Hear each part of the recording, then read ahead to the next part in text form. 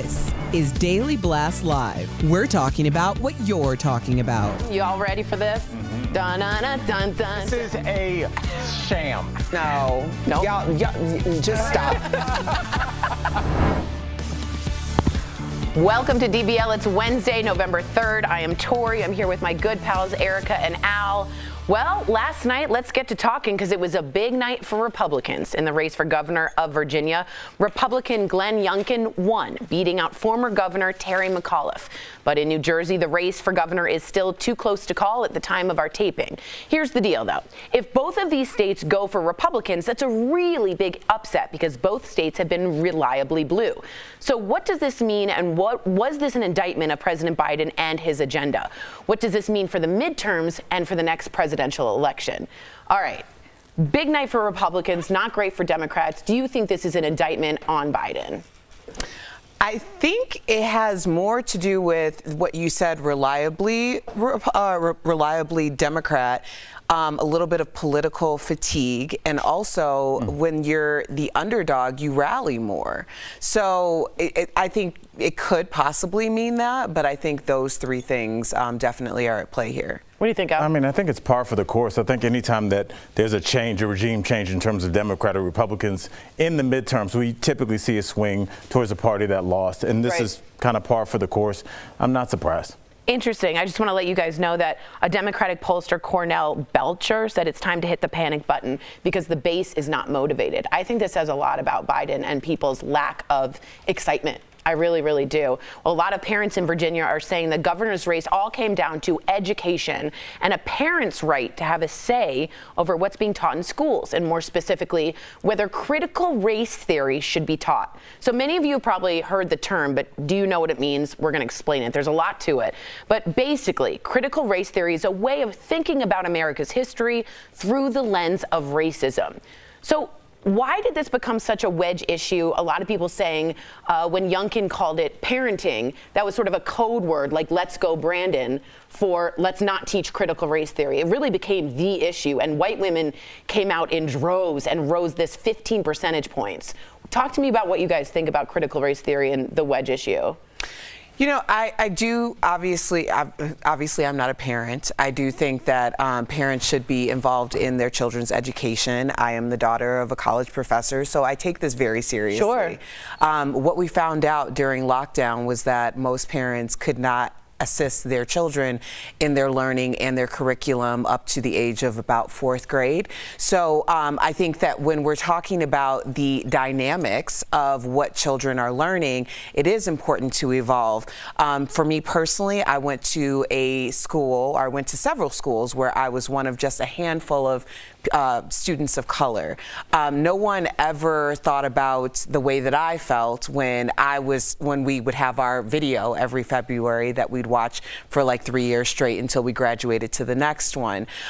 So when we're talking about critical race theory and putting racism in context, there's this greater fear that that's going to make white children feel bad about what their ancestors may or may not have done. Yeah, I mean, it almost kind of doesn't matter.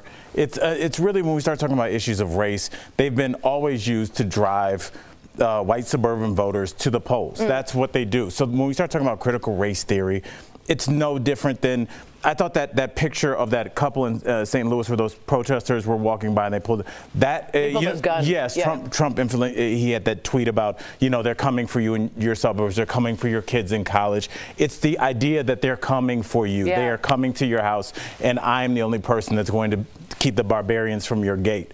And it works. So you better do it, because really, if you think about the Republican agenda, for as much as people complained about Trump and his language, really the only thing he did was pass that huge corporate tax cut, which was the most unpopular thing he ever did with his base. But throws a couple of Mexicans are racist and Rosie O'Donnell's fat and people all forget about it. The rhetoric doesn't mean anything. It's what happens. And really, when we look at this Trump presidency 10, 15 years down the line, we're going to be looking at the corporate tax cuts and that huge the financial boon for them. The words, the rhetoric will go away and fade away with history, but really it's just a way to get people to come from the suburbs and vote for corporate agenda. Interesting. Wow. Did I say a gender? You said a gender, but the rest of it was so very good. Okay, well, I'm going to very go. good. Okay, corporate it takes agenda. over. Very good. Now, there were some other big races and issues on the ballot across the country. So in Minnesota, after everything that happened with the murder of George Floyd, voters there decided not to defund the Minneapolis Police Department. It will remain, and it will not be replaced by a new Department of Public Safety. And in Boston, voters elected Michelle Wu, the first woman and Asian American, as mayor. So there's pockets where we're seeing things move in more progressive ways, and there's pockets where we're seeing things go very more conservative, right? Well, yeah, I mean, there's a little bit of everything. Yeah. That's just the nature of our country. You know, what I was noticing a lot on social media last night was a lot of people of color talking about the celebration of people being elected of color, but what are they doing in their jurisdictions? You know, what are they doing in their cities and their state? So I think the vocal impact of having people call out politicians for, you know, being more than just the person who is bringing diversity, but actually putting action behind it that affects their communities. Yeah, and I got to be honest, I think a lot of people are frustrated with the Biden administration for not putting more action into place. I know it's hard, I know it's tough, but I think What action would that be? the George Floyd Police Act. Nothing happened. But that would be wildly unpopular with True. most of his base. This infrastructure bill that you can't get passed through one guy, Joe Manchin, there's a lot you could go into, but there's a lack of excitement from the base. And what you just said is you need to rev up the base, and Trump and his people do a good job of that in some ways, and you see that in Virginia. Yeah. So before we do go to break, though, we have to give a big DBL shout out to the Atlanta Braves, huh? Yay! All right. They won the World Series last night, beating out the Houston Astros. This is their first win since 1995. Did you watch? I didn't. Did you? I watched some of it. I was going back between that and college football. So yes. Did you want the Braves to win? I did. I had some incentive for them to win, so I was very happy. Very happy. But yeah, I love sports. I've been to, I think I've told you, I've been to World Series, National Championship game, and the Super Bowl. So I feel like, Erica, we need to find a sporting event to go to, me and you. Tori, Right. I think would you be down? Where are we going to go? Yes, I'm a very big sports enthusiast. See, that's why she can't go. We should all go to a Nuggets game or something, like kind of work it. I love the Rockies. But when we go to the Nuggets game, we can't sit together Yeah. because then they do that awkward kiss cam with Yes. us. We And they're should all tell like, nope, just coworkers. Yeah. It was very awkward. Very awkward. Coming up on DBL, our interview with reggae royalty Ziggy Marley. Yep, how he's working to spread the same message as his dad. He was a big fan of mine, too. He said didn't that. know you. And hundreds gather in Dallas to see JFK Jr. emerge from the dead. How this conspiracy drew such a big crowd. That's coming up next.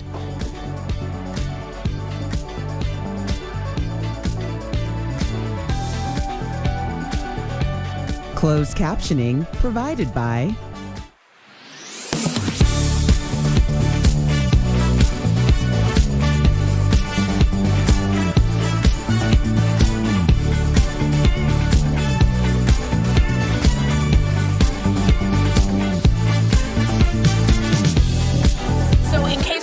The New Jersey governor's race is down to like it's about 400 votes. Oh my God. It's so close, and it's like 1,000. It's like 500 or 1,000 votes that it's being separated by. But I do have to tell you guys, Virginia, Biden won by 10 percentage points in the presidential election, and Virginia always does their governor's election the year after a presidential election, so it's an off year, right? And now white women changed that around to the Republican side by 15 percentage points. I've rarely seen such a surge in one direction, and that comes, a lot of people say, from Youngkin completely overdoing the idea of parents' rights, which a lot of people are calling, including Juan Williams, who is a Fox reporter, that's a dog whistle for white supremacy and also conspiracy theorists about critical race theory. So again, these code words that Eric always said, get it off your chest and say it with your whole chest. Parenting has become another thing, like let's go Brandon, which is just so interesting that it's now become, language has become so... But it works. Oh, so it why does wouldn't work. you do It does work. It absolutely does work. And it's you see it. I mean, from 10 points to Biden to a 15 percentage point difference with white women, that's an enormous change. So Do you think that the there'll Democrats be a are Republican not candidate excited. that can take this Like energy Obama and, went out and spoke and run on this in 2024? Do you think Trump could do it, or do you think Trump is burned out both ends of his From base? this, I thought Trump is hot and on fire. He won this election for the Youngkin. I've got to be honest. Oh, we put Obama out there, Democrats. He gave a beautiful speech for McAuliffe. If you can't get Obama to take that, any kind of excitement, you're lost in the Democratic Party. There's a real wake-up call here. People are not excited, and you need excitement to get votes.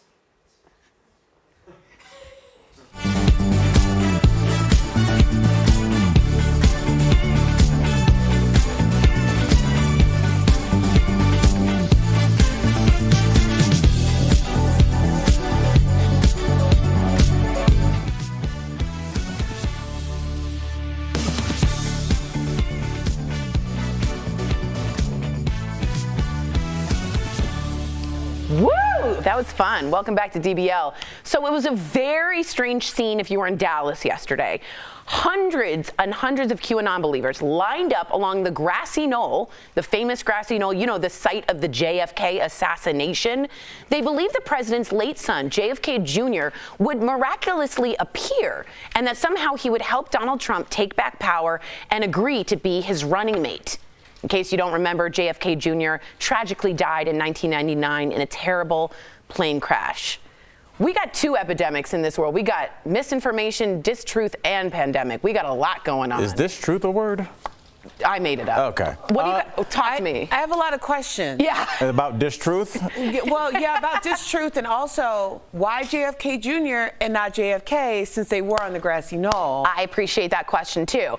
I tried to find out why JFK Jr. has become an icon of the QAnon people, and I haven't really come to an honest thread, but they do believe he not only will come back, he will sort of rev up the party. Do they think he's dead, or they think he's alive and hanging out on an island like Tupac? Some people on that QAnon group think he's like Tupac, and some people think he will actually emerge and resurrect from the dead. They just come out of the sea, like Pacific Rim?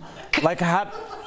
I don't get. Is that the whale? No, that's when the monsters lived in the water. Oh, Remember that that's movie? right, that's right. Yeah, I was actually out in Martha's Vineyard the weekend that JFK Jr. Crashed his plane. I was there, and there was a lot of military police. So, I mean, if this is a conspiracy, this started back when I was at Brown. Yeah, so, right. I mean, somebody really committed to this conspiracy. But hundreds and hundreds of people went. But people Adults. believe it, Tori, people believe everything. They believe a lot of stuff. And we live in a country that allows freedom of religion, freedom of thought. And when you allow that, you're allowed to be Jewish, Hindu, Christian, Muslim, Catholic, or you can make up your own thing that you believe in. And it appears some of these people have done that, Erica. Okay, I have another question. Talk to me. Why 2020? I looked at that flag. So Erica, don't go down that road. Okay, so I didn't get apparently there people either. had thought about this in 2020 and wanted JFK Jr. to come back in 2020. They didn't change their signs. Yeah, I saw this. You see that? So they brought their 2020 signs for the 2024 ticket. A lot of this is really confusing. Right. But my question is, why would 2 + 2 is 4, and at some point that has to be fact. JFK Jr. tragically died with his fiance. But you're talking about facts, Tori, and that's where you're losing people. The thing is, this We isn't don't have based in facts fact. anymore? No. We don't have facts? Where have you been? Have you looked at YouTube? No. Everything's up for debate. Yeah, Are you even here? Right. I hope so. And I mean, honestly, I feel like I am. This is really kind of what happens when people have a lot of free time to sit and, you know, especially with the pandemic, you think about like this weird place that we're in where everybody was locked in their homes for a year. No one really knew everything. So what you didn't know, you started to pick up from Facebook groups, and somebody else had this little nugget of information. But these are normal people. But these after are crazy Define normal. and also let's be honest. But we only use this term with young men of color, like Muslim men. But radicalization. There was a lot of Americans that went home, sat home, didn't know what was happening, and all of a sudden they're getting the government is doing this, and JFK Jr. is coming here, and all these little things. And after a while, you have people that are radicalized, that are in the streets, that are not speaking to their family members anymore. Yeah. The same things that the same traits we associate with people that are in cults. I don't speak to my family. I wear one outfit. I only think that there's one person that has all the answers and they are infallible no matter what they say, even when they're caught in a lie on tape. And here's the thing Interesting, too, Al. they're not getting much pushback because we aren't even deleting them from our social media. We're just muting them because we don't want them to call us. Oh, wow. Yeah, that's what's going on. That is fascinating.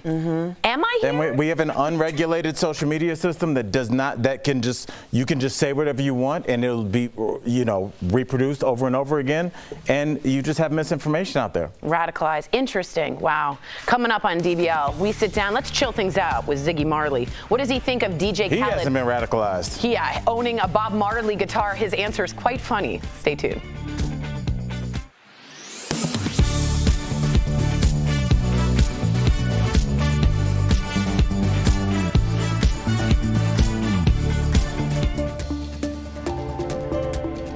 The U.S. ban on non-essential travel has been in place since early 2020. Come November 8th, the country is reopening to international travelers, but only those who are fully vaccinated. Those visitors will have to show proof of vaccination before getting on a plane to the U.S. They'll also have to show proof of a negative COVID test taken within 3 days of departure. There will be no quarantine mandate, but masks will be required, and so will enhanced contact tracing. That means, per CDC rules, airlines will have to collect information like phone numbers, emails, and U.S. addresses in case they need to follow up with passengers who may have been exposed to COVID-19. Vaccinated Americans have to follow those same guidelines when flying back to the U.S. The policy is more strict for unvaccinated American travelers. Specifically, they will have to show proof of a negative COVID test taken within 1 day of their U.S.-bound flight. They will also have to get tested again after coming back. Children younger than 18 are exempt from the new vaccine requirements, though they still need to get a COVID test. And that's connecting the dots.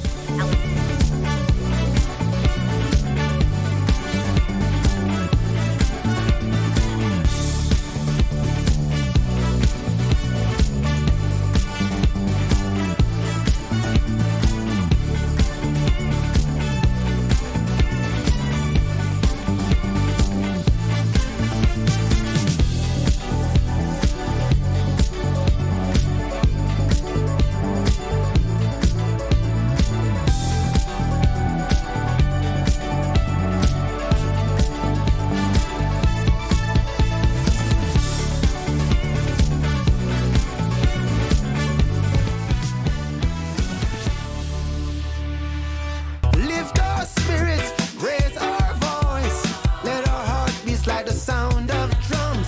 Smoke in my tears, my breath is on fire. Here we sit tired of crossing rivers. Oh, wow. Welcome back to DBL. He is not just reggae royalty. He is a husband, a father, and this family man also writes children's books. We caught up with 8-time Grammy winner Ziggy Marley earlier in today's Chatting with the Stars.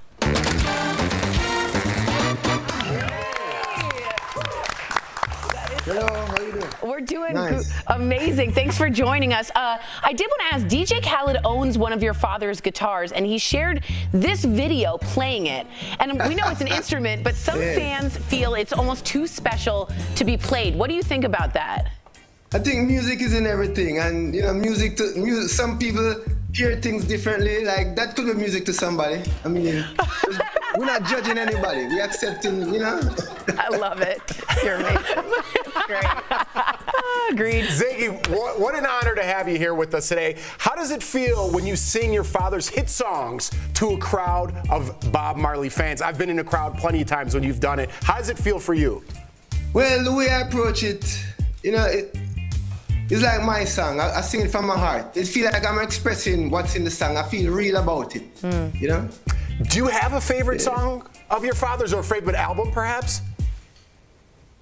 Our favorite album would be an album called Survival, which is the album I kind of grew up in my teenage years. Wow. Wow.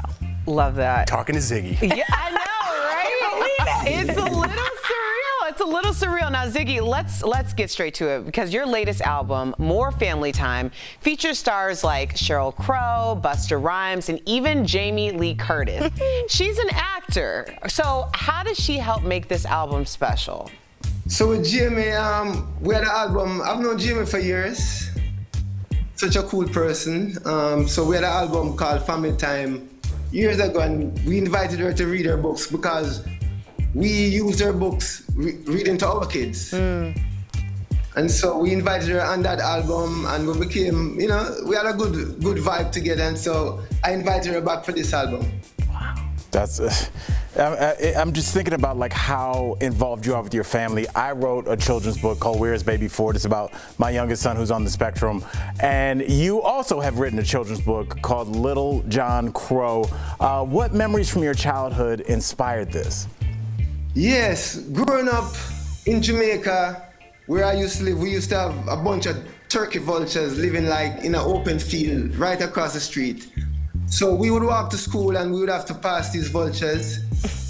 And we always used to like throw stones at them and like, we hate them, we don't like them, right? So that is where the story is coming from. And then now that I've grown, I've come to appreciate these creatures and understand what important role they play in my life, in our lives. And so it's that journey of accepting and changing and learning. I absolutely love that. Now, as a father, was it important for you to make music and write books for children as well? Because it seems like you're really involved in their life. Yeah, well, they're inspiring. Children are inspiring to me. They teach us a lot. Patience. We have to have a lot of patience with them sometimes. Absolutely. Love them, teach us love. So, being around my kids, there's always like a creative energy. There's always some kind of beautiful experience going on. And so they just inspire me. Children inspire me. Ziggy, I don't know if there's a person throughout history that unites people the way your father did, across shapes, sizes, sexualities, everything. He brought the world together. Do you feel any pressure? You do a great job of it. Do you feel any pressure that your father had of bringing people together? No, man, we're not feeling pressure. We grew up, that's the way we grew up before he was what we know him as of today. This is how we were as we grew up. This is who we are. It's not, it's not a show. It's a reality, you know what I'm saying? So, this is like, no, it's normal. Normal. Totally normal. Totally normal. Can I ask you really quick, your dog, someone wrote in just now that you wrote a song inspired by your dog? Romeo. My dog Romeo. So Romeo, my kids always wanted a dog. And it took us like 10 years to kind of like succumb to the pressure. And so we got a dog last year, right before the pandemic, right before the quarantine. And it's been a wonderful addition, a challenging addition, but a wonderful addition to the family. And the kids, we love each other and we play. And, it's good, it's great. It's great. I feel like it gives them an appreciation of another species, not a human being, but another creature. Yes. To understand that relationship, I think it's really good. DBL Nation, go to akashicbooks.com and please order a copy of Ziggy's new children's book, Little John Crow. Again, I can't say it enough. Been an honor. Thanks a lot, Ziggy. We'll be right back. Thanks, brother. Blessed, love. All right. Promotional consideration is brought to you by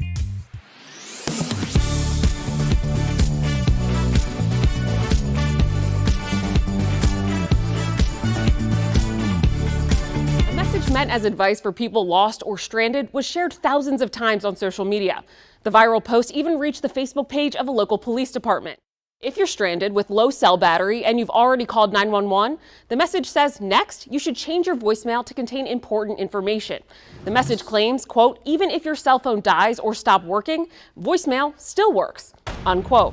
So, should you change your voicemail if you're lost or stranded? Let's verify. We went to these sources for an answer. And they say, no, you should not change your voicemail if you're lost or stranded, especially if you have low battery or no signal. Here's why. Voicemail uses more battery than text, and voicemail will not update if you don't have a signal. So after calling 911, our experts say, try texting 911. Since the FCC requires cell phone carriers to transmit 911 calls or texts, it's possible that a text to emergency services will get through even if you have no signal. That's because you may be in another provider's service area. The FCC warns not every location supports text to 911. With your Verify, I'm Ariane Day Till. Guaranteed paid family leave, and more specifically, paid maternity leave, is a legislative priority for President Joe Biden.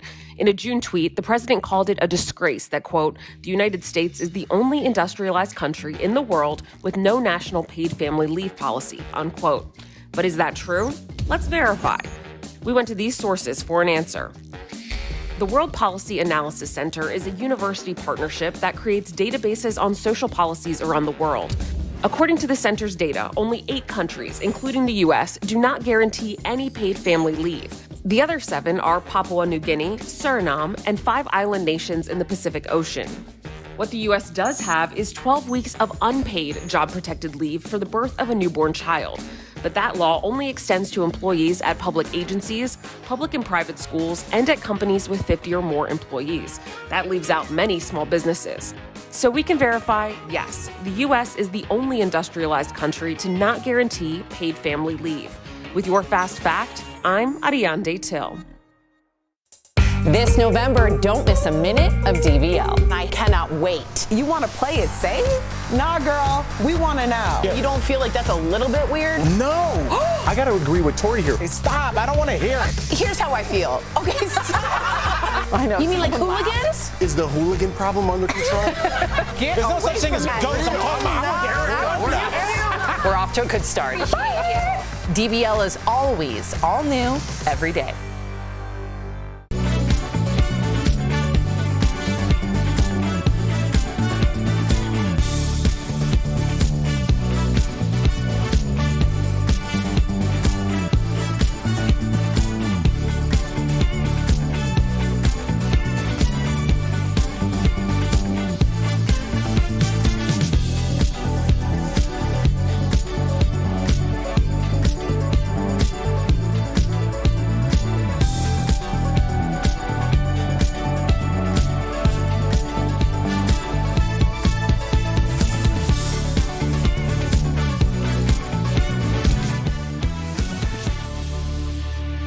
Welcome back to DBL. It's open enrollment season, and if you're a Medicare beneficiary, and not comparison shopping for plans, sit down and listen up, because it's time for some helpful healthcare tips presented by Health Markets, your insurance marketplace. So open enrollment is the time of the year for all Americans to reevaluate what coverage is best for them. If you have Medicare and you need to pick a plan, it's important to remember you do have options, and comparison shopping can help you save hundreds of dollars on premiums and prescription payments. So hop online, start comparing healthcare plans. Health Markets can help you find a plan in minutes. Just call 1-800-390-9633 or log on to healthmarkets.com. I really encourage people, I know it's like kind of boring and kind of like wah, wah, wah, but you can save a lot of money if you just take the time to invest in knowing your different plans. Just sit down and get it done. That's right. DBL's new every day. We will see you same time, same place tomorrow. We out.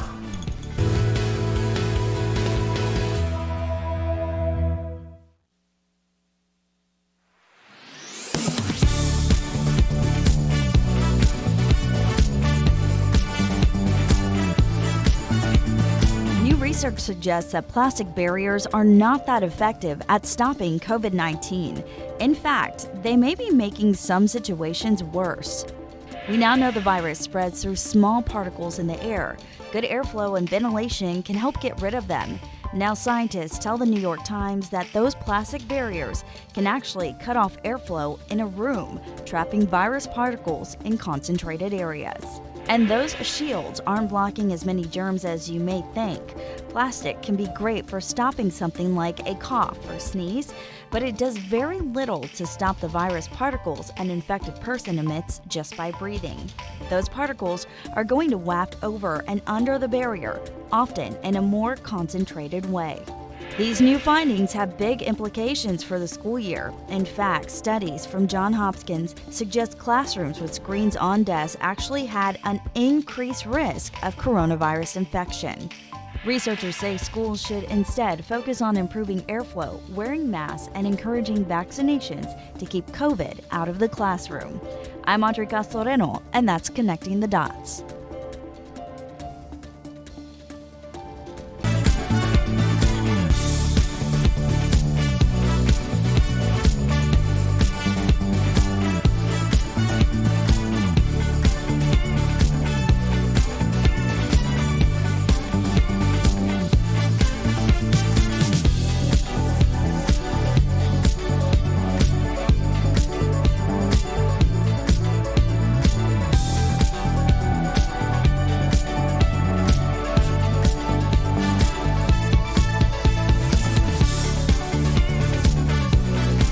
This is Daily Blast Live. We're talking about what you're talking about. Get real. You all ready for this? Dun-dun.